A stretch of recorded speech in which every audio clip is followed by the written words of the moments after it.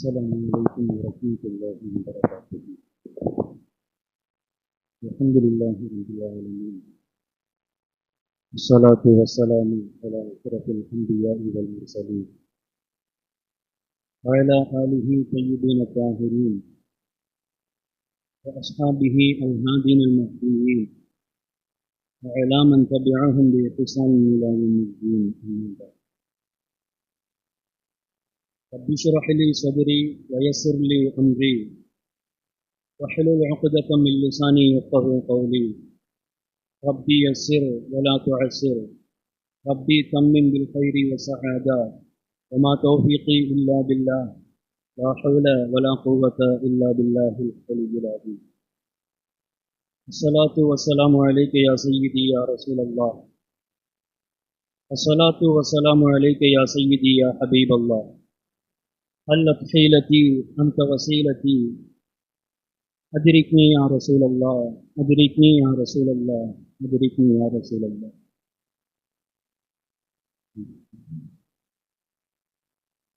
சர்வ புகழும் புகழ்ச்சியும் ஏகவல்ல நாயின் அல்லாஹ் ஒருவனுக்கு உரித்தாகும். அல்ஹம்துலில்லாஹ். எங்கள் உயிரிலும் மேலான நபிகள் நாயகம் ஸல்லல்லாஹு அலைஹி வஸல்லம் மன்னவர்கள் மீதிலும், பரிசுத்த அஹ்லுல் பைத்தினர்கள் மீதிலும், சத்திய சஹாபாக்கள், தாபியன்கள், தபஅ தாபியன்கள், சுஹதாக்கள், சாலிஹோன்கள், வல்லவர்கள், நல்லவர்கள், நம்மவர்கள், நம்முடைய உஸ்தாதுமார்கள், குறிப்பாக மேனிலை கண்ட ஞானி குத்துபல்ல கத்தாபு பேரான பேர் ஷேக் முஹியுத்தீன் அப்துல் காதிர் ஜீலானி கத்தஸல்லாஹு ஸர்ரஹுல் அஸீஸ் அன்னவர்கள் மீதிலும், குத்துபுல் மஜீதி ஃபர்துல் வஹீத் அப்துல் காதிர் ஷாஹுல் ஹமீது பாதிஷா நாயகம் கத்தஸல்லாஹு ஸர்ரஹுல் அஸீஸ் அன்னவர்கள் மீதிலும், நமது ஆத்மீக வழிகாட்டிகளான இறைநேச செல்வர்கள் அவுலியாக்கள் மீதிலும் அல்லாஹுவின் ஸலாத்தும் ஸலாமும் என்றென்றும் நின்று நிலவட்டுமாக என்று வேண்டி, அவர்கள் அத்தனை பேருடைய நல்லாசியை வேண்டி பெற்றவனாய் புனித ஜும்ஆவுடைய கடமையை நிறைவேற்ற வேண்டி இப்பள்ளி வாயலிலே நேர காலத்துடன் வந்தமர்ந்திருக்கின்ற அல்லாஹ்வின் அடியார்களே, இன்றைய ஜும்ஆவின் கருப்பொருளாக நீண்ட ஆயுளும் நிறைந்த செல்வமும் சோதனையா அருளா என்கின்ற தலைப்பிலே இன்று நாம் நம்முடைய பிரசங்கத்தை பார்க்க இருக்கிறோம்.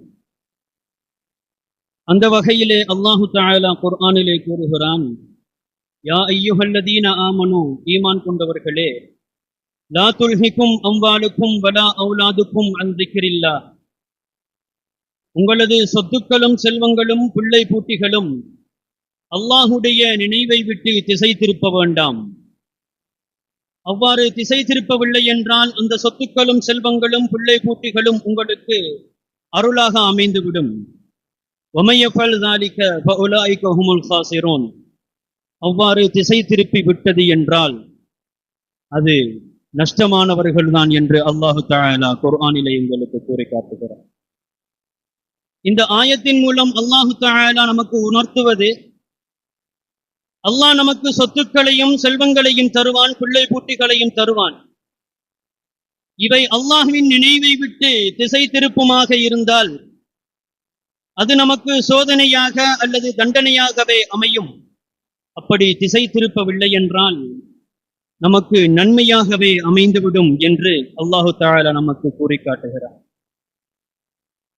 சொத்து செல்வங்களை சேர்த்தல் என்பது அல்லாஹுடைய நினைவை விட்டு யாரை எல்லாம் பராக்காக்கி விடுகிறதோ அவர்களை பற்றி அல்லாஹு தஆலா மற்றொரு அத்தியாயத்திலே எங்களுக்கு எச்சரிக்கிறான். அல் ஹாக்குமுத் தகாசுர் ஹத்தா ஸுர்துமுல் மகாபிர். மனிதன் தன் வாழ்நாளில் சொத்து செல்வம் அதிகாரம் என்று பிள்ளைகளை பெருக்குவதிலேயே குறியாக இருக்கிறான். என்னுடையது உன்னுடையதை விட அதிகம் என்று இந்த போட்டி அவனை படைத்த இறைவனையும் நிலையான மறுமை வாழ்வையும் மறக்கடிக்க செய்து விடுகிறது. ஹத்தா ஸுர்துமுல் மகாபிர், மனிதனின் இந்த ஓயாத ஓட்டம் அவன் மண்ணறையை அடையும் வரை நீடிக்கிறது. தான் சேமித்த எதுவும் தன்னுடன் வராது என்பதையும், அது மரணம் வரை மட்டுமே துணையாக வரும் என்பதை மனிதன் தாமதமாகவே உணர்கிறான். மறுமை நாளில் நாம் அனுபவித்த உணவு, நீர், ஆரோக்கியம், சொத்துக்கள், செல்வங்கள், நம்முடைய பிள்ளைகள் போன்ற ஒவ்வொரு அருட்கொடைகளும் அவைகள் பற்றிய விசாரணைகளையும் அல்லாஹ் நம்மிடத்திலே கேட்பதற்கு இருக்கிறான். இவற்றை நாம் நன்றி செலுத்தினோமா அல்லது இவற்றை நாம் வைத்துக் கொண்டு பெருமை அடித்தோமா என்பது அல்லாஹ்வினால் விசாரிக்கப்படுகின்ற முக்கியமான விடயங்கள். ஆக அழிந்து போகக்கூடிய பொருட்கள் மீதான இந்த மோகத்தை குறைத்து நிலையான மறுமை வாழ்விற்காக தயாராகுவதே இந்த அத்தியாயம் நமக்கு கற்றுத்தருகின்ற மிக பெரும் முக்கியமான பாடம் என்பதை நாம் உணர்ந்து கொள்ள வேண்டும். கண்ணியத்துக்குரியவர்களே, இந்த சொத்து, செல்வம், பிள்ளை பூட்டி போன்ற உலக ஆசைகளை அளிக்கக்கூடியவற்றை சேமிப்பது என்பது, இவைகள் மீதான பேராசை கொள்வது, மறுமை வாழ்வை மறப்பது பற்றி அல்லாஹுவும் ரசூலும் எமக்கு வழங்கி இருக்கின்ற எச்சரிக்கைகள் இன்னும் நம் இதயங்களை தொடவில்லையா? அன்புக்குரியவர்களே, அல்லாஹு தஆலா குர்ஆனிலே பல இடங்களிலே பலவிதமாக நம்மை எச்சரிக்கிறான். இன்னமா அம்வாலுக்கும் அவுலாதுக்கும் ஃபித்னா, நிச்சயமாக உங்கள் சொத்துக்களும் உங்கள் செல்வங்களும் உங்கள் பிள்ளை பூட்டிகளும் உங்களுக்கு ஃபித்னா என்று அல்லாஹு தஆலா நம்மை எச்சரிக்கிறான். இன்னொரு இடத்திலே அல்லாஹு தஆலா மென்மேலும் நம்மை எச்சரிக்கிறான். வனபலூக்கும் பிஷ்ஷர்ரி, கெடுதிகளை கொண்டு உங்களை நாங்கள் சோதிப்போம், வல் கைரி, நலவுகளையும் கொண்டு உங்களை நாங்கள் சோதிப்போம் என்று அல்லாஹு தஆலா எங்களை எச்சரிக்கிறான் என்றால், இவ்வளவு விதமான எச்சரிக்கைகளையும் அல்லாஹ் குர்ஆனிலே நமக்கு தந்திருந்தும் நம்முடைய இதயங்களை தொடவில்லை என்றால், இந்த எச்சரிக்கைகள் நாம் எந்த வகையில் மனிதர்கள் என்பதை, நம்முடைய இதயங்கள் எந்த அளவுக்கு கல்நஞ்சம் பிடித்தது என்பதை நாம் உணரத் தவறக்கூடாது. எனவே அந்த சோதனைகளை விட்டு நாம் மீள வேண்டுமாக இருந்தால், நீண்ட ஆயுளையும் நிறைந்த செல்வங்களையும் சாலிகான அமல்களிலும் ஜகாத்து மற்றும் தர்மங்கள் கொடுப்பதிலும் நான் பயன்படுத்த வேண்டும். ஒரு மனிதன் தனது செல்வத்தை ஹலாலான வழியில் சம்பாதித்து அதில் ஏழைகளின் உரிமையான ஜகாத்து மற்றும் தர்மங்களை வழங்கி நிறைவேற்றும் பொழுது அது அவனுக்கு இறைவனின் அருளாக மாறிவிடுகிறது.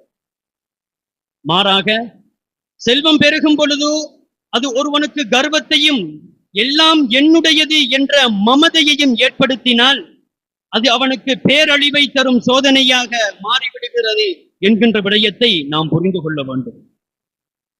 நாம் வாழும் உலகில் ஒருவருக்கு செல்வமும் வசதியும் பெருகிவிட்டால் அல்லாஹ் அவரை நேசிக்கின்றான் என்று ஆகிவிடாது. அதே போல ஒருவருக்கு சோதனையும் வறுமையும் வந்துவிட்டால் அல்லாஹ் அவரை வெறுக்கிறான் என்றும் ஆகிவிடாது. அருமைக்குரியவர்களே, அல்லாஹு தஆலா என்ன என்ன விடயங்களில் எல்லாம் அவனுடைய சோதனைகள் அமையும் என்று எங்களுக்கு சொல்லித் தந்திருக்கின்ற இறைவன், அந்த சோதனைகள் வருகின்ற பொழுது நாம் எதனை கையாள வேண்டும் என்று அல்லாஹ் நமக்கு சொல்லித் தராமல் இல்லை. அல்லாஹு தஆலா குர்ஆனிலே கூறுகிறான், வலனபுலுவன்னக்கும் பிஷைஇம் மினல் கௌஃபி, நாங்கள் உங்களுக்கு பயத்தை கொண்டு உங்களை சோதிப்போம், பசிபட்டினியை கொண்டு உங்களை நாங்கள் சோதிப்போம், வனக்ஸும் மினல் அம்வாலி, சொத்து செல்வங்களில் குறைவை ஏற்படுத்துவது கொண்டு நாங்கள் சோதிப்போம், வல் அம்புசி, ஆத்மாக்களை மரணிக்க செய்வது கொண்டும் உங்களை நாங்கள் சோதிப்போம், வஸ்ஸமராத்தி, விளைச்சல்களில் கனிவர்க்கங்களில் குறைவை ஏற்படுத்துவது கொண்டும் நாங்கள் சோதிப்போம் என்று அல்லாஹு தஆலா எந்த என்ன விடயங்களில் எல்லாம் உங்களை நாங்கள் சோதிப்போம் என்று கூறுகிற இறைவன், அந்த சோதனைகளின் பொழுது நாம் எதனை கையாள வேண்டும் என்று நபிகள் நாயகம் ஸல்லல்லாஹு அலைஹி வஸல்லம் அவர்கள் மூலமாக எங்களுக்கு கூறுகிறான் என்றால், அந்த சோதனைகள் வருகின்ற பொழுது நாம் பொறுமையை கையாள வேண்டும். அந்த சோதனைகளில் யார் யாரெல்லாம் பொறுமையை கையாளுகிறார்களோ அவர்களுக்கு சுபசோபனம் கூறுங்கள், வபஷ்ஷிரி ஸாபிரீன் என்று நபிகள் நாயகம் ஸல்லல்லாஹு அலைஹி வஸல்லம் அவர்களை பார்த்து அல்லாஹ் எங்களை சொல்லத் சொல்கிறான் என்றால், கண்ணியத்துக்குரியவர்களே, சோதனைகள் அல்லாஹ் நமக்கு ஏன் தருகிறான் என்று தெரியுமா? நாம் அவனை மறந்துவிடக் கூடாது என்பதற்காக. ஒரு அடியான் யா அல்லாஹ் என்று அழுது புலம்பி கையேந்தி தன்னிடம் மன்றாடுவதை அல்லாஹ் விரும்புகிறான். அந்த பணிவான சப்தத்தை கேட்பதற்காகவே, அந்த அழுகுரலை கேட்பதற்காகவே அல்லாஹ் சில கட்டங்களில் சில இக்கட்டான சூழ்நிலைகளையும் நமக்கு தருகிறான். அல்லாஹ் நம்மை தன் பக்கம் அழைக்கும் அழைப்பு மணி என்று அந்த சோதனைகள் நமக்கு வருகின்ற பொழுதோ ஏற்படுகின்ற பொழுதோ நாம் நல்லெண்ணம் கொள்ள வேண்டும். அல்லாஹ்வின் அடியார்களே, நமக்கு சோதனைகள் வருகின்ற பொழுதோ நாம் சோர்ந்து போகிறோம். ஆனால் யதார்த்தத்தில் உண்மையிலேயே சோதனைகள் நம்மை தூய்மைப்படுத்துகின்றன என்கின்ற விடயம் நம்மில் எத்தனை பேருக்கு தெரியும்? கண்ணியத்துக்குரியவர்களே, நபிகளார் ஸல்லல்லாஹு அலைஹி வஸல்லம் அவர்கள் எங்களுக்கு சொல்லித் தருகிறார்கள், அல்லாஹ் ஒரு அடியானை நேசித்து விட்டான் என்றால், ஒரு அடியானை அல்லாஹ் நேசிக்கிறான் என்றால் அல்ஸக பிஹில் பலாஅ, சோதனைகளை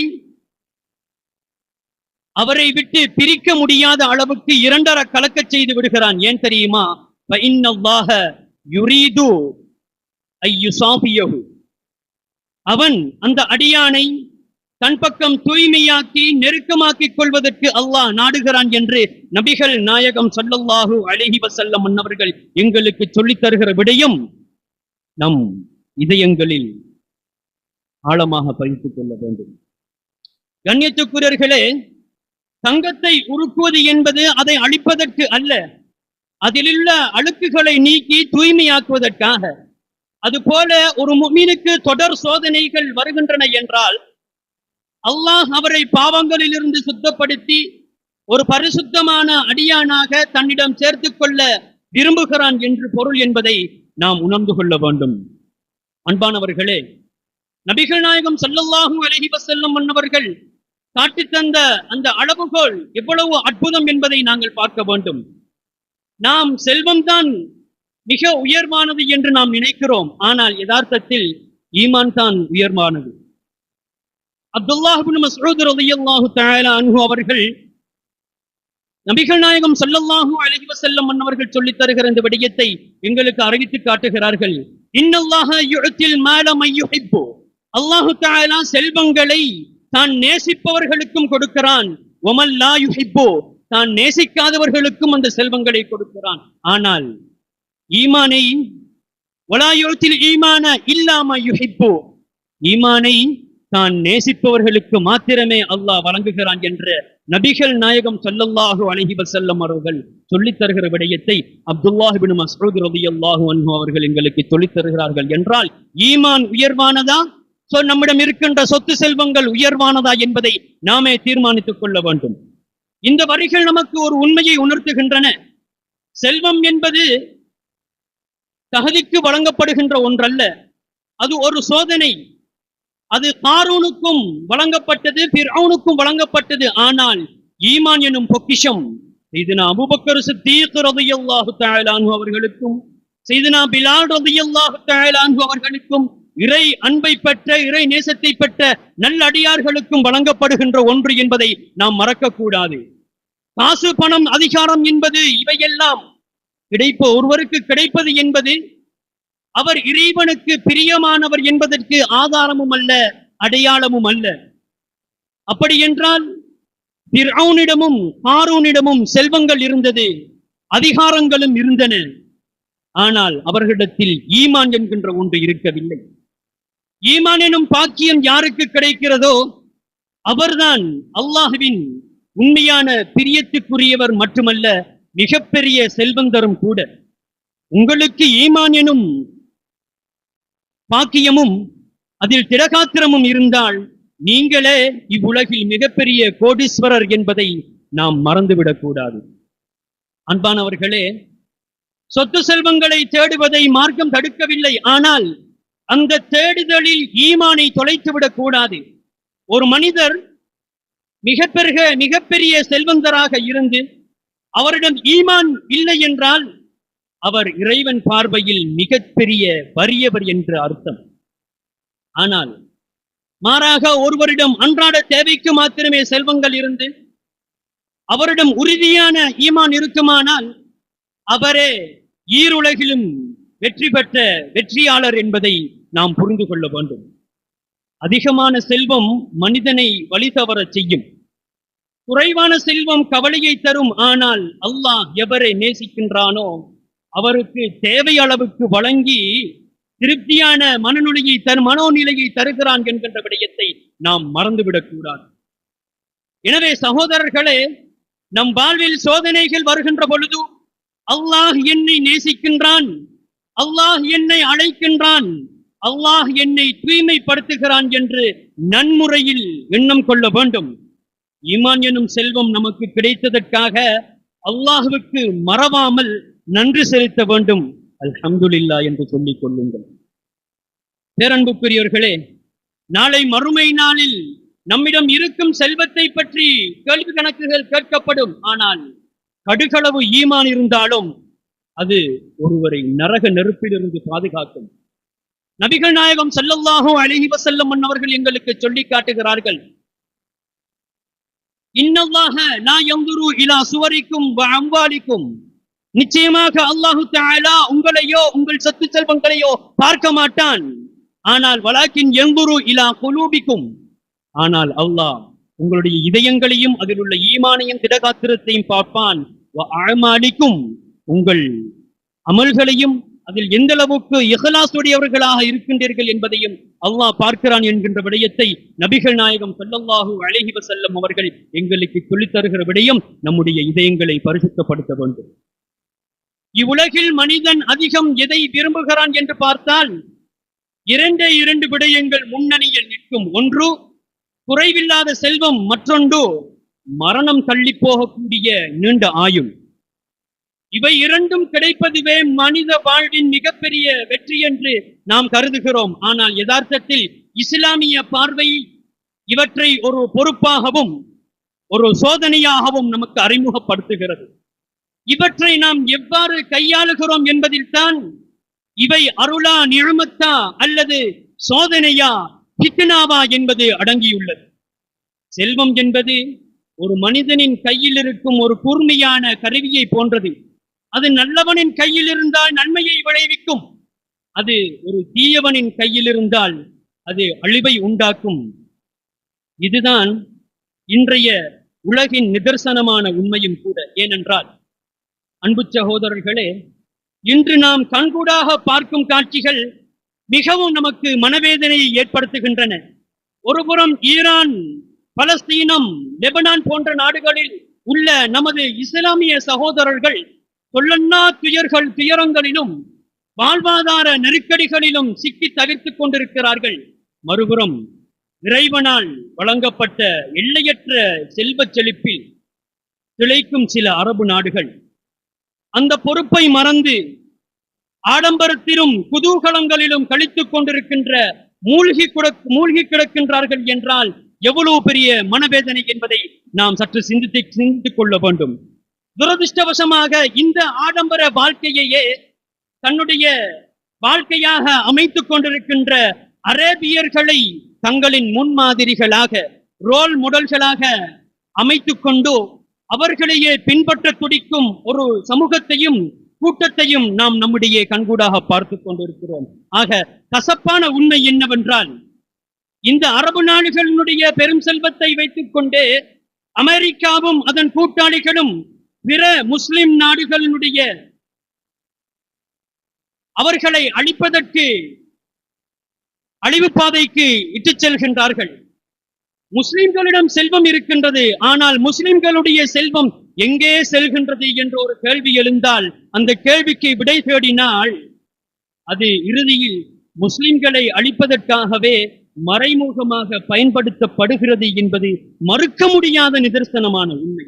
கண்ணியத்துக்குரியவர்களே, இப்படிப்பட்ட இந்த சோதனைகளில் நாம் வெற்றி பெற வேண்டும் என்றால் வெறும் செல்வத்தை சேமிப்பது மட்டும் போதாது, மாறாக நம் உள்ளத்தில் உண்மையான உறுதியான ஈமான் இருக்க வேண்டும். அத்தகைய தூய ஈமான் இருந்தால் மாத்திரமே அந்த செல்வம் சமூகத்தின் எழுச்சிக்கும் உண்மையான செழிப்புக்கும் வழிவகுக்கும் என்பதை நாம் கருத்தில் கொள்ள வேண்டும்.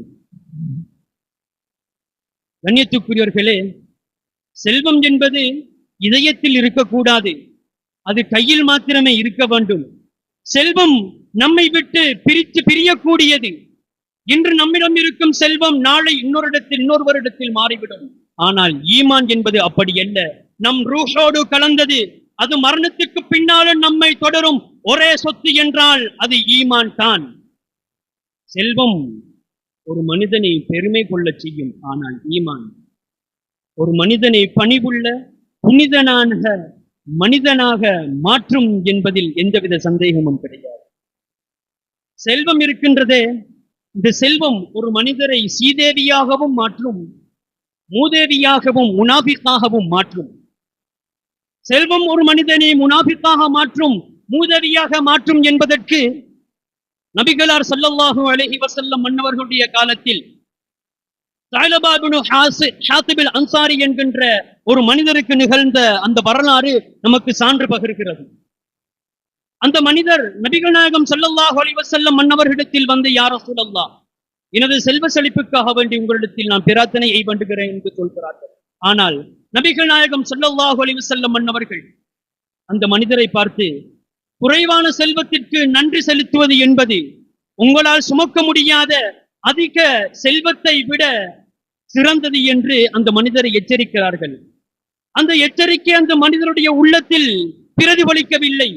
மாறாக மற்றொரு தடவை பெருமானாரிடத்திடம் வந்து, யா ரசூலல்லாஹ், எனக்கு செல்வ செழிப்புக்காக பிரார்த்தனை செய்யுங்கள் என்று வற்புறுத்துகிறார்கள், வலியுறுத்துகிறார்கள். நபிகள் நாயகம் ஸல்லல்லாஹு அலைஹி வஸல்லம் அவர்களோ எச்சரித்து விட்டார்கள். ஆனால் அந்த எச்சரிப்பு அந்த மனிதருடைய இதயத்தில் பிரதிபலிக்கவில்லை. பெருமானார் ஸல்லல்லாஹு அலைஹி வஸல்லம் அவர்கள் அந்த மனிதருக்காக பிரார்த்தனை செய்கிறார்கள். அந்த பிரார்த்தனையின் விளைவாக அவரிடத்தில் ஆட்டு மந்தைகள் இருக்கின்றன. அவரிடத்தில் இருக்கின்ற ஆட்டு மந்தைகள் பெருகின்றன. அந்த பெருக்கத்தின் காரணமாக அவர் அவைகளை கட்டுப்படுத்துவதற்கு, அவைகளை பராமரிப்பதற்கு மதீனாவின் எல்லையை விட்டு வெளியே ஒரு இடம் அவர் தேடுகிறார். அதன் காரணமாக அவருக்கு லுஹர் அசர் தொழுகையை தவிர மற்ற அனைத்து தொழுகைகளும் அவருக்கு தவறவிடப்படுகிறது. படிப்படியாக அனைத்து வக்து தொழுகைகளும் அவருக்கு தவறவிடப்படுகிறது. காரணம், செல்வம் அவருக்கு அதிகரித்து விட்டது. இப்படியே செல்கின்ற பொழுது நபிகள் நாயகம் ஸல்லல்லாஹு அலைஹி வஸல்லம் அவரிடத்திலே இந்த மனிதர் பற்றி சொல்லப்படுகிறது. இவரிடத்தில் இந்த மனிதர் செல்வ செழிப்புடன் வாழ்கிறார் என்கின்ற செய்தி சொல்லப்படுகிறது. நபிகள் நாயகம் ஸல்லல்லாஹு அலைஹி வஸல்லம் அவர்கள் 2 சஹாபிகளை அனுப்புகிறார்கள் இதற்காக, ஜகாத்தை அறவிடுவதற்காக வேண்டி. ஆனால் அந்த மனிதரோ, ஸஅலபா இப்னு ஹாத்திப் என்கின்ற மனிதரோ, நீங்கள் அறவிட வருவது ஜகாத்து அல்ல, வசூலிக்க வருவது நீங்கள் ஜகாத்து அல்ல, நீங்கள் கப்பம் வசூலிக்க வருகிறீர்கள், ஜிஸியா வரி வசூலிக்க வருகிறீர்கள் என்று கூறி அந்த ஜகாத்தை கொடுப்பதற்கு மறுத்து விட்டார். அதனால் அல்லாஹ்வுக்கும் ரசூலுக்கும் அந்த கட்டளையை மீறிய மாற்றம் செய்த ஒரு முனாஃபிக்காக மாறிவிட்டார். இந்த செய்தி நபிகள் நாயகம் ஸல்லல்லாஹு அலைஹி வஸல்லம் அவர்களிடத்திலே எத்தி வைக்கப்படுகிறது. அல்லாஹ் தஆலா ஒரு வஹி அறிவிக்கிறான், வமின்ஹும் மன் ஆஹதல்லாஹ லஇன் ஆதானா மின் ஃபضலிஹி லனஸத்தகன்ன வலனகூனன்ன மினஸ் ஸாலிஹீன் என்கின்ற அத்தியாயம் இறங்குகிறது. அந்த அத்தியாயத்தை பற்றி சஹாபாக்களுக்கு மத்தியில் நபிகள் நாயகம் ஸல்லல்லாஹு அலைஹி வஸல்லம் அவர்கள் எடுத்துரைக்கின்ற பொழுது, அந்த ஸஅலபா இப்னு ஹாத்திப் அன்சாரி என்கின்ற மனிதருடைய சொந்தக்காரர்கள் ஒருவர் சஹாபாக்களுக்கு மத்தியிலே இருக்கிறார். நபிகள் நாயகம் ஸல்லல்லாஹு அலைஹி வஸல்லம் அவர்கள் இந்த மனிதர் குறித்து இறக்கி வைக்கப்பட்ட அந்த ஆயத்தை, அந்த விடயத்தை அந்த மனிதரிடத்திலே கொண்டு போய் சொல்கிறார்கள். அந்த மனிதரோ பெருமானார் அவர்களிடத்தில் ஓடோடி வருகிறார்கள். நாயகமே, யா ரசூலல்லாஹ், என் சதக்காவை நீங்கள் ஏற்றுக்கொள்ளுங்கள் என்று கூற, நபிகள் நாயகம் ஸல்லல்லாஹு அலைஹி வஸல்லம் அவர்கள் சொன்னார்கள், ஒரே ஒரு விடயம் தான், அல்லாஹு தஆலா உங்கள் சதக்காவை, ஜகாத்தை ஏற்றுக்கொள்வதற்கு எனக்கு தடை விதித்துள்ளான் என்று கூற, அந்த மனிதர் தன் தலையில் மண்ணை வாரி அள்ளி போட்டுக்கொண்டு திரும்பி செல்கிறார். ஒருவேளை நபிகள் நாயகம் ஸல்லல்லாஹு அலைஹி வஸல்லம் அவர்கள் தான் ஏற்றுக்கொள்ளவில்லை, பின்னால் வருகின்ற ஸையிதுனா அபூபக்கர் சித்தீக் ரலியல்லாஹு அன்ஹு அவர்களிடத்தில் கொண்டு போய் சேர்த்தால், அவரிடத்தில் போய் கேட்டால் அவர்கள் ஏற்றுக்கொள்வார்களோ? ஒருவேளை உமர் ரலியல்லாஹு அன்ஹு அவரிடத்தில் கேட்டால் உமர் ரலியல்லாஹு அன்ஹு அவர்கள் ஏற்றுக்கொள்வார்களோ? ஒருவேளை உஸ்மான் ரலியல்லாஹு அன்ஹு அவரிடத்தில் கேட்டால் உஸ்மான் ரலியல்லாஹு அன்ஹு அவர்கள் ஏற்றுக்கொள்வார்களோ என்று 3 சஹாபிகளுடைய 3 கலீஃபாக்களுடைய காலத்திலும் வந்து கேட்டுக்கொண்டே இருக்கிறார்கள். ஆனால் அந்த 3 கலீஃபாக்களும் சொன்ன ஒரு வார்த்தை, என் ஹபீபி ரசூல் நாயகம் ஸல்லல்லாஹு அலைஹி வஸல்லம் ஏற்றுக்கொள்ளாத உங்களுடைய ஜகாத்தை, உங்களுடைய சதக்காவை நாங்கள் ஏற்றுக்கொள்வதற்கு தயாராக இல்லை. வரலாற்று ஆசிரியர்கள் கூறுகிறார்கள், வஹலக ஸஅலபா ஃபீ ஹிலாஃபத்தி உஸ்மான். ஸஅலபா இப்னு ஹாத்திப் அன்சாரி என்கின்ற மனிதர் உஸ்மான் ரலியல்லாஹு அன்ஹு அவர்களுடைய கிலாபத்திலே, அந்த அவர்களுடைய ஆட்சி காலத்திலே மரணத்தை எய்து கொள்கிறார் என்று வரலாற்று ஆசிரியர்கள் நமக்கு பாடம் புகட்டுகிறார்கள், இந்த வரலாற்றை சொல்லித் தருகிறார்கள். ஒரு செல்வம் என்பது ஒரு மனிதனை சீதேவியாகவும் ஆக்கும், முனாபிக்காக மூதேவியாகவும் மாற்றும். இவருக்கு இந்த செல்வம் சோதனையாக வந்து சாபமாக வந்து முடிந்தது என்கின்ற இந்த வரலாறு நம்முடைய இதயங்களில் நாம் பதித்துக் கொள்ள வேண்டும். சையதுனா உஸ்மான் இப்னு அஃபான் ரலியல்லாஹு அன்ஹு போன்ற, சையதுனா அப்துர் ரஹ்மான் இப்னு அவ்ஃப் ரலியல்லாஹு அன்ஹு அவர்கள் போன்ற சஹாபாக்கள் நபிகள் நாயகம் ஸல்லல்லாஹு அலைஹி வஸல்லம் அவர்கள் காலத்திலே மிக செல்வ செழிப்பிலே வாழ்ந்தார்கள். அவர்கள் அல்லாஹ் ரசூலுக்கு பொருத்தமான முறையில் வாழ்ந்தார்கள். அவருடைய சொத்து செல்வங்களை அல்லாஹ் ரசூலுக்கு சொர்க்கத்தை கொண்டோ அல்லாஹ் ரசூலுக்கு பொருத்தமான முறையில் வாழ்ந்து கழித்தார்கள். அதனால் சொர்க்கத்தை கொண்டு நன்மாராயம் கூறப்பட்ட நபி சஹாபாக்களில் ஒருவர்களாக அவர்கள் ஆகிக்கொண்டார்கள். விடயம் நம்ம அனைவருக்கும் தெரிந்த விடயம் தான். இதனால் அப்துர் ரஹ்மான் இப்னு அவ்ஃப் ரலியல்லாஹு அன்ஹு அவர்களுக்கு செல்வ செழிப்பு எந்த அளவுக்கு நிறைந்திருந்தது என்றால், இவர்கள் மதீனாவில் மிக பெரும் செல்வராக இருந்தார்கள். வரலாற்று ஆசிரியர்கள் கூறுகிறார்கள், அல்லாஹ்வின் பாதையிலே செலவு செய்வதால் என் செல்வம் குறையவில்லை, மாறாக பெருகிக் கொண்டே இருந்தது என்று அப்துர் ரஹ்மான் இப்னு அவ்ஃப் ரலியல்லாஹு அன்ஹு அவர்கள் சொல்லிக் கொள்ளக்கூடியவர்களாக இருந்தார்கள் என்கின்ற வார்த்தையை வரலாற்று ஆசிரியர்கள் சொல்லுவார்கள். 700 ஒட்டகைகள் சுமந்து வந்து தானியங்களை மதீனாவாசிகளுக்கு தானம் தர்மம் செய்யக்கூடிய அளவுக்கு செல்வ செழிப்பாக வாழ்ந்தவர்கள் செய்தன அப்துர் ரஹ்மான் இப்னு அவ்ஃப் ரலியல்லாஹு அன்ஹு அவர்கள். கண்ணியத்துக்குரியவர்களே, அந்த சஹாபாக்கள் அந்த காலத்தில் அவர்களுடைய சொத்து செல்வங்களை அல்லாஹ் ரசூலுக்கு பொருத்தமான முறையில் செலவழித்தார்கள். அதனால் அவர்கள் அல்லாஹ் ரசூலுக்கு பொருத்தமானவர்களாக மாறினார்கள். நீண்ட ஆயுள் காலம் என்பதை பற்றி பார்த்தால், நீண்ட ஆயுள் காலம் என்பது மனிதனுக்கு வழங்கப்படுகின்ற மிகப்பெரியதோர் மூலதனம். மனிதரில் யார் சிறந்தவர் என்ற கேள்வியை ஒரு கிராமவாசி சஹாபி ஒருவர் நபிகள் நாயகம் ஸல்லல்லாஹு அலைஹி வஸல்லம் அவர்களிடத்தில் கேட்கிறார்கள். யா ரசூலல்லாஹ், மன் கைருன் நாஸ், மனிதரில் சிறந்தவர் யார் என்று கேட்கிறார்கள். அதற்கு நபிகள் நாயகம் ஸல்லல்லாஹு அலைஹி வஸல்லம் அவர்கள் சொன்னார்கள், கைருன் நாசி மன் தால உம்ருஹு வ ஹஸன அமலுஹு, யாருடைய வாழ்நாள் நீளமாகி யாருடைய அமல்கள் எல்லாம் பரிசுத்தமாக நற்செயலாக அமைந்து விடுகிறதோ அவர்தான் அல்லாஹ்விடத்திலே மிகச் சிறந்தவர் என்று நபிகள் நாயகம் ஸல்லல்லாஹு அலைஹி வஸல்லம் அவர்கள் சொல்லி காட்டுகிறார்கள். நீண்ட ஆயுள் என்பது மனிதன் தன் பாவங்களுக்கு செய்த பாவங்களை மன்னிப்பு கோருவதற்கு, நன்மைகளை சேமிப்பதற்கும் இறைவனால் வழங்கப்படுகின்ற ஒரு கூடுதல் அவகாசம். இதுவே மனிதனுக்கு கிடைக்க பெறும் மாபெரும் அருள். ஆனால் அதே ஆயுளை இறைவனுக்கு மாறு செய்வதிலும் வீண் கேலி கூத்துக்களிலும் கழித்தால் நாளை மறுமையில் அதுவே மனிதனுக்கு மிக பெரும் சுமையாகவும் எதிரான சாட்சியாகவும் வந்து அமைந்துவிடும் என்பதில் எந்தவித சந்தேகமும் கிடையாது. கண்ணியத்துக்குரியவர்களே, நாளை மறுமை நாளில் ஒரு சில கேள்விகளுக்கு பதிலளிக்காமல் நம்மால் நகர முடியாது. உனக்கு வழங்கப்பட்ட ஆயுளை நீ எப்படி கழித்தாய்? உனது செல்வத்தை நீ எப்படி சம்பாதித்தாய்? எதில் செலவு செய்தாய் என்பது போன்ற கேள்விகள். இந்த கேள்விகள் நமக்கு ஒரு செய்தியை சொல்கின்றன. நமக்கு வழங்கப்பட்ட காலமும் நம்மிடம் உள்ள காசும் அமானிதங்கள், நாம் எவ்வளவு காலம் வாழ்ந்தோம் என்பது முக்கியம் அல்ல, எப்படி வாழ்ந்தோம் என்பதே முக்கியம். எவ்வளவு சம்பாதித்தோம் என்பது கேள்வி அல்ல, எப்படி சம்பாதித்தோம் என்பதே கேள்வி.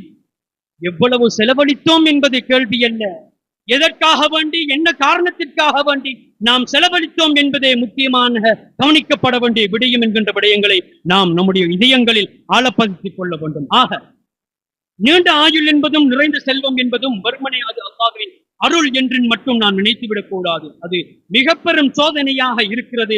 அந்த நீண்ட ஆயுளை இறைவனுக்கு வழிபடுகிற விடயங்களிலும், நிறைந்த செல்வங்களை தர்மங்களை நிறைவேற்றுகின்ற விடயங்களிலும் நம்மில் யார் பயன்படுத்துகிறார்களோ அவர் நிச்சயமாக அல்லாஹ்வுக்கு சொந்தமான அடியாராக மாற முடியும் என்பதில் எந்தவித சந்தேகமும் கிடையாது. சஹாபாக்களில் மிக நீண்ட ஆயுள் கொண்ட சஹாபாக்களும் வாழ்ந்திருக்கிறார்கள். செய்தனா அனஸ் இப்னு மாலிக் ரலியல்லாஹு அன்ஹு அவர்கள் 103 வயது வரை அவர்கள் வாழ்ந்து கழித்திருக்கிறார்கள். அனஸ் ரலியல்லாஹு தஆலா அன்ஹு அவர்கள் அன்பின் நாயகம் ஸல்லல்லாஹு அலைஹி வஸல்லம் மன்னவர்களுடைய விசேட பிரார்த்தனைக்கு உள்வாங்கப்பட்ட ஒரு சஹாபியாக இருக்கிறார்கள். நபிகள் நாயகம் ஸல்லல்லாஹு அலைஹி வஸல்லம் மன்னவர்களுக்கு அன்னாருடைய தாயாருடைய வேண்டுகோளின் மூலமாக ஸல்லல்லாஹு அலைஹி வஸல்லம் மன்னவர்கள் ஒரு பிரார்த்தனை செய்கிறார்கள். யா அல்லாஹ், இவருடைய செல்வத்தையும் பிள்ளைகளையும் அதிகமாக்குவாயாக, இவருக்கு நீ வழங்கியவற்றில் பரக்கத்தையும் செய்து விடுவாயாக என்று நபிகள் நாயகம் ஸல்லல்லாஹு அலைஹி வஸல்லம் அவர்கள் பிரார்த்தனையினால் அவர்களுடைய ஆயுள் நீளமாக்கப்பட்டது, அவர்களுடைய சொத்து செல்வங்கள் அதிகமாக்கப்பட்டது. மற்ற சஹாபிகளுடைய விளைச்சல்கள், மற்ற சஹாபிகளுடைய பேரித்தம்பல தோட்டங்கள் ஒரு வருடத்திற்கு ஒரு தடவை காய்த்து கனி கொடுக்கும் என்றால் அனஸ் ரலியல்லாஹு அன்ஹு அவர்களுடைய பேரித்தம்பல தோட்டம் வருடத்திற்கு இருமுறை கனிகள் காய்த்து பழம் கொடுக்கும் பெருமானாருடைய துஆவின் பரக்கத்தினால். கண்ணியத்துக்குரியவர்களே, ஆனால் அவர்களை விட பல மடங்குகள் வாழுகின்ற நாம் எந்த அளவு இறைவனுக்கு விசுவாசமாக உலகத்தில் மற்றவர்களுக்கு முன்மாதிரியாக நம்முடைய வாழ்வை அமைத்திருக்கிறோம் என்று பார்த்தால் நிச்சயமாக நாம் தோல்வியுற்ற ஒரு சமுதாயமாகவே நாம் இருக்கின்றோம் என்பதில் எந்தவித சந்தேகமும் கிடையாது. நபிகளாரின் அருமை புதல்வி சையதத்துன் நிசாஇ அஹ்லில் ஜன்னah சையதா பாத்திமா நாயகி ரலியல்லாஹு அன்ஹா அவர்கள் இந்த உலகில் 28.5 வருடம் தான் வாழ்ந்தார்கள். ஆனால் அவர்கள் வாழ்ந்து காட்டிய அந்த வழிமுறைகளை நம்மில் பின்பற்ற நாம் அவர்களை பின்பற்ற தவறினால் நாம் அல்லாஹ்விடத்திலே ரசூலுக்கும் அல்லாஹ்வுக்கும் கோபப்பார்வைக்கு உடையவர்களாக நாம் மாறி பெருமானார்களில் பிள்ளைகளில் ஒருவரான சையதினா இப்ராஹிம் ரலியல்லாஹு அன்ஹு அவர்கள் மிக குறுகிய காலத்திலே பால்குடி பருவத்திலே மரணத்தை எய்தார்கள். நபிகள் நாயகம் ஸல்லல்லாஹு அலைஹி வஸல்லம் அவர்களும் அதற்காக பெரும் கவலைப்பட்டார்கள். சொன்னார்கள், என் மரணித்த இந்த பிள்ளைக்காக சொர்க்கத்திலே பாலூட்டும் தாய் காத்துக் கொண்டிருக்கிறார்கள் என்று நபிகள் நாயகம் ஸல்லல்லாஹு அலைஹி வஸல்லம் அவர்கள் சொன்னார்கள். அப்படி என்றால் நபிகள் நாயகம் ஸல்லல்லாஹு அலைஹி வஸல்லம் மன்னவர்களே அவர்களுடைய பிள்ளைகளே மிக குறுகிய வாழ்நாளில் நீண்ட ஆயுள் இல்லாமல் மரணித்த விடயங்கள் நமக்கு தெரிந்திருக்கின்றன. இன்று நாம் பார்க்கிறோம், எத்தனையோ பெற்றோர்கள் தங்களுக்கு பிள்ளை பாக்கியம் இல்லாமல் கஷ்டப்பட்டுக் கொண்டிருக்கிறார்கள். அதே நேரம் 1 அல்லது 2 பிள்ளைகளை பெற்றவர்களும் இருக்கிறார்கள். சிறு பிராயத்திலே தனது குழந்தைகளை இழந்தவர்களும் இருக்கிறார்கள். ஆனால் அதிகமான பிள்ளைகளை பெற்றெடுத்து எமது பிள்ளைகள் என்று பெருமை அடிக்கிறார்களே தவிர அந்த பிள்ளைகள் அது சோதனையா தண்டனையா என்று பார்த்தால் அது அந்த பிள்ளையை நாங்கள் சாலிஹான ஒரு மனிதராக வளர்த்து உருவாக்கினோம் என்றால் அப்பிள்ளை அருளாக இருக்கும். அதே பிள்ளையை சாலிஹானவராக வளர்த்து உருவாக்கவில்லை என்றால் அது நமக்கு சோதனையாகவும் தண்டனையாகவும் அமைந்துவிடும் என்பதை நாம் புரிந்து கொள்ள வேண்டும். என்றோ ஒரு நாள் நாம் பெற்றெடுத்த பிள்ளைகள் ஒரு குடிகாரனாக, போதை வஸ்துக்களை பாவிக்கின்ற ஒருவனாக, ஐவேளைகளை தொழாதவனாக, ஒரு பாவியாக, அல்லாஹ்வுக்கு மாற்றம் செய்யக்கூடிய ஒருவனாக நம்முடைய குழந்தைகள் இருக்குமாக இருந்தால் அதில் நம்முடைய பெற்றோர்களுக்கும் அதில் கேள்வி கணக்குகள் உண்டு என்கின்ற விடயத்தை நபிகள் நாயகம் ஸல்லல்லாஹு அலைஹி வஸல்லம் அவர்கள் குல்லுக்கும் ராஇன் வ குல்லுக்கும் மஸ்ஊலுன் அன் ரஅய்யத்திஹி என்கின்ற ஹதீஸை எங்களுக்கு சொல்லிக்காட்டி எங்களுக்கு பெருமானார் அவர்கள் எங்களை எச்சரிக்கிறார்கள் என்கின்ற விடயத்தை நாங்கள் நம்முடைய இதயத்தில் ஆழ பதித்துக் கொள்ள வேண்டும். கண்ணியத்துக்குரியவர்களே, நம்முடைய சமுதாயத்தில் காசு பணம் என்பது கூடி அதிகமாகி நம்முடைய வாலிபர்களுடைய கைகளிலும் நம்முடைய செல்வந்தர்களுடைய கைகளிலும் தலை விரித்தாடுகின்ற ஒரு கால சூழ்நிலையில்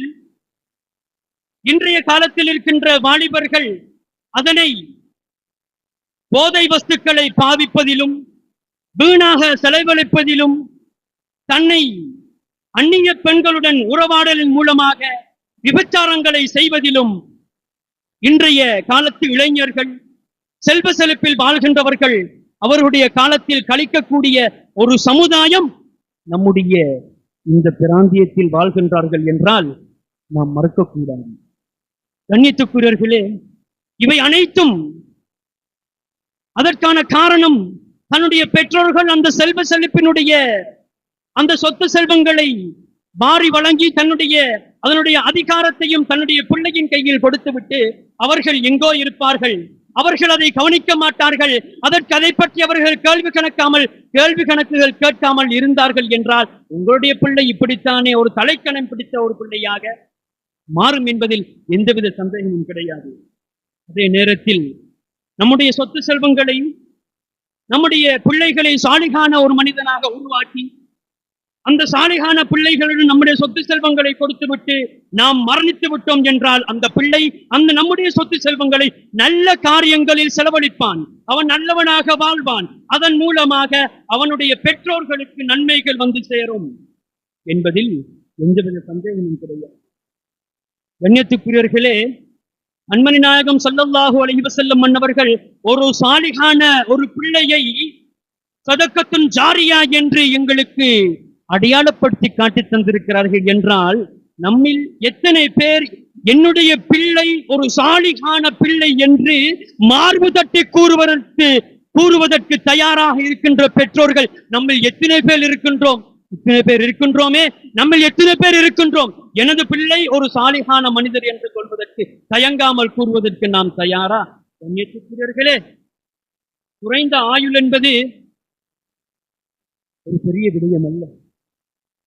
அது சஹாபாக்களுக்குள் சஅத் இப்னு முஆத் ரலியல்லாஹு அன்ஹு என்கின்ற ஒரு சஹாபி இந்த உலகில் 36 வருடங்களே வாழ்ந்தார்கள். நபிகள் நாயகம் ஸல்லல்லாஹு அலைஹி வஸல்லம் அன்னவர்களை 30வது வயதிலே இஸ்லாத்திற்கு ஏற்று வரும் 6 வருடங்கள் இஸ்லாத்திலே ஸல்லல்லாஹு அலைஹி வஸல்லம் அன்னவர்களுடன் வாழ்ந்தார்கள். ஆனால் அவர்களுடைய மரணத்திற்காக வேண்டி அல்லாஹ்வினுடைய அரிசி நடுங்கியது. வரும் 6 வருடங்கள் தான் வாழ்ந்த அந்த சஹாபியினுடைய அந்த இழப்பு அல்லாஹுவாலும் ரசூலாலும் ஒரு பேர் இழப்பாக கணிக்கப்பட்டது என்றால் சஅத் இப்னு முஆத் ரலியல்லாஹு அன்ஹு அவர்கள் வாழ்கின்ற காலத்தில் தன்னுடைய வாழ்நாளை அல்லாஹுவுக்கும் ரசூலுக்கும் பொருத்தமான முறையில் வாழ்ந்தார்கள் என்பதே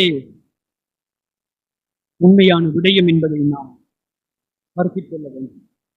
அன்மணி நாயகம் ஸல்லல்லாஹு அலைஹி வஸல்லம் மன்னவர்கள் கூட இவ்வுலகில் 63 ஆண்டு காலம் தான் வாழ்ந்தார்கள். ஆனால் அவர்கள் காலத்திலே வாழ்ந்த முஸைலமத்துல் கஸ்ஸாப் என்கின்ற பொய் நபி 150 ஆண்டுகள் வாழ்ந்தான் என்று வரலாற்று குறிப்புகள் நமக்கு கூறுகின்ற அதே சமயம் நபிகள் நாயகம் ஸல்லல்லாஹு அலைஹி வஸல்லம் மன்னவர்கள் அதிக நீண்ட ஆயுள் வாழ்ந்தார்களா?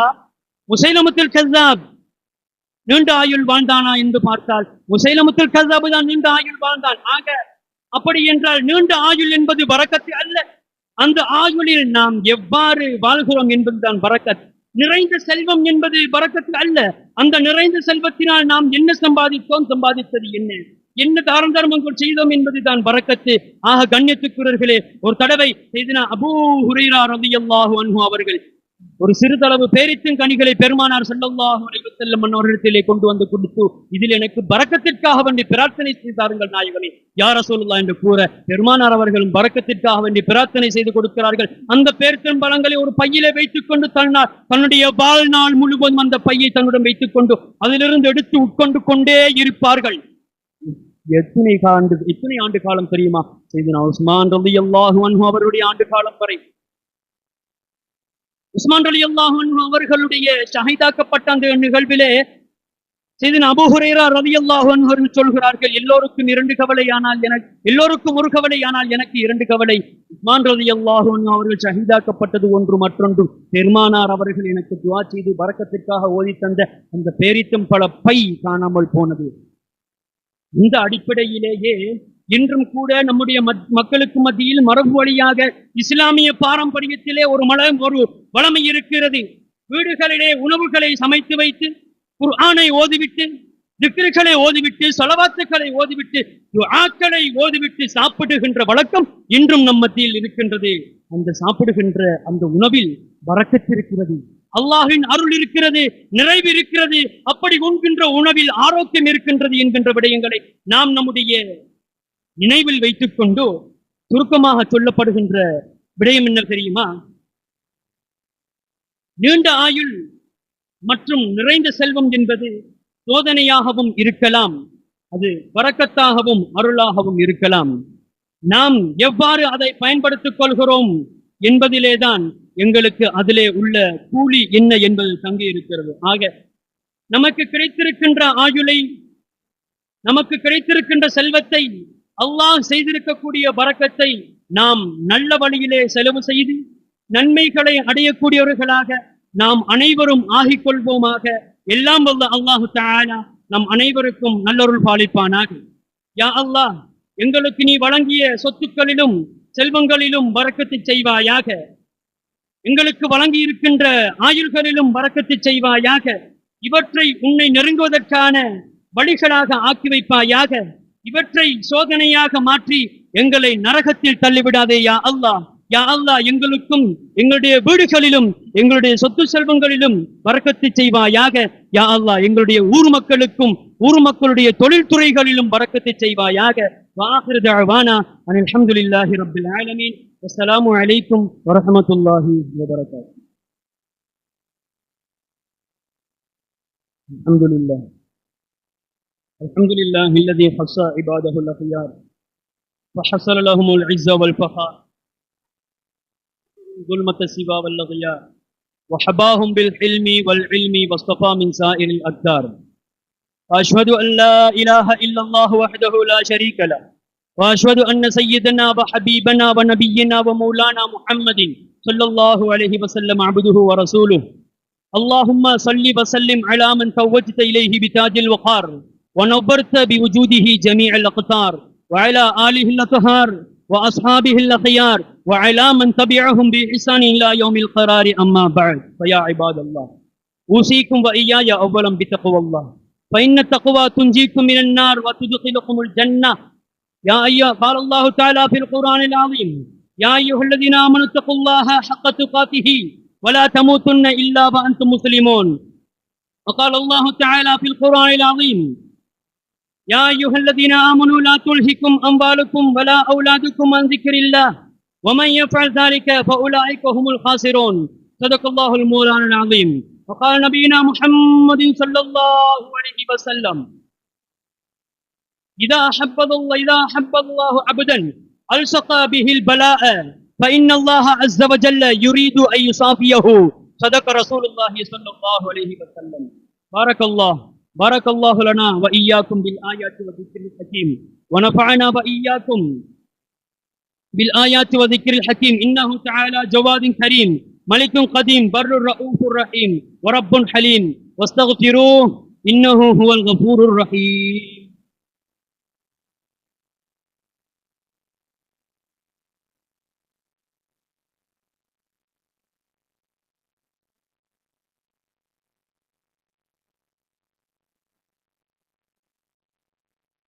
الحمد لله الواحد الأحد الفرد الصمد الذي لم يلد ولم يولد ولم يكن له كفوا أحد. وأشهد أن لا إله إلا الله وحده لا شريك له الكريم البر الرحيم له الأسماء الحسنى والصفات العلى تقدست أسماؤه وعز اسمه ذو الجلال والإكرام. وأشهد أن سيدنا وحبيبنا ونبينا مولانا محمد صلى الله عليه وسلم خير الخلق وخاتم الرسل وهادي الخلق وهادي إلى الحق وذو الخلق العظيم والنصب الكريم صاحب الشفاعة العظمى. اللهم صل على سيدنا محمد وعلى آله وأصحابه عدد ما في علم الله صلاة دائمة بدوام ملك الله. قال الله تعالى في القرآن العظيم: إن الله وملائكته يصلون على النبي يا أيها الذين آمنوا صلوا عليه وسلموا تسليما. يا أيها الذين آمنوا عباد الله أوصيكم وإياي أولا بتقوى الله، فإن التقوى تنجيكم من النار وتدخلكم الجنة. قال الله تعالى في القرآن العظيم: يا أيها الذين آمنوا اتقوا الله حق تقاته ولا تموتن إلا وأنتم مسلمون. قال الله تعالى في القرآن العظيم: يا أيها الذين آمنوا إن الله وملائكته يصلون على النبي يا أيها الذين آمنوا صلوا عليه وسلموا تسليما. فأجيبوا عباد الله إلى ما به الله دعاكم وصلوا وسلموا على من به الله هداكم. اللهم صل على سيدنا محمد وعلى آل سيدنا محمد كما صليت على سيدنا إبراهيم وعلى آل سيدنا إبراهيم وبارك على سيدنا محمد وعلى آل سيدنا محمد كما باركت على سيدنا إبراهيم وعلى آل سيدنا إبراهيم في العالمين إنك حميد مجيد.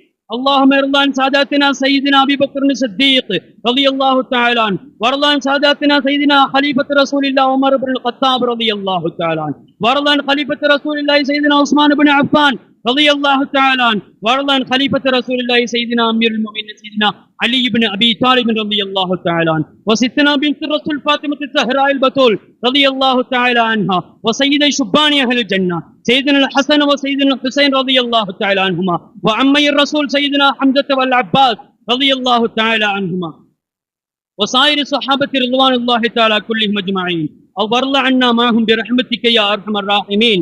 اللهم أعز الإسلام والمسلمين، اللهم أذل الشرك والكفرة واليهود والنصارى والمشركين، اللهم دمر أعداءنا وأعداء الدين. اللهم اغفر للمؤمنين والمؤمنات والمسلمين والمسلمات الأحياء منهم والأموات، إنك قريب مجيب الدعوات يا قاضي الحاجات. اللهم قضي حاجاتنا يا قاضي الحاجات، اللهم اشف أمراضنا يا شافي الأسقام، اللهم ادفع بلياتنا يا دافع البليات. اللهم انصر المسلمين، اللهم احفظ المسلمين، اللهم أيد المسلمين. ربنا اغفر لنا ولإخواننا الذين سبقونا بالإيمان ولا تجعل في قلوبنا غلا للذين آمنوا ربنا إنك رؤوف رحيم. إن الله يأمركم بالعدل والإحسان وإيتاء ذي القربى وينهى عن الفحشاء والمنكر والبغي يعظكم لعلكم تذكرون. واذكروا الله تعالى يستجب لكم وادعوه يستجب لكم ولذكر الله تعالى أعلى وأولى وأعز وأجل وأتم وأهم وأقوى وأكبر والله يعلم ما تصنعون.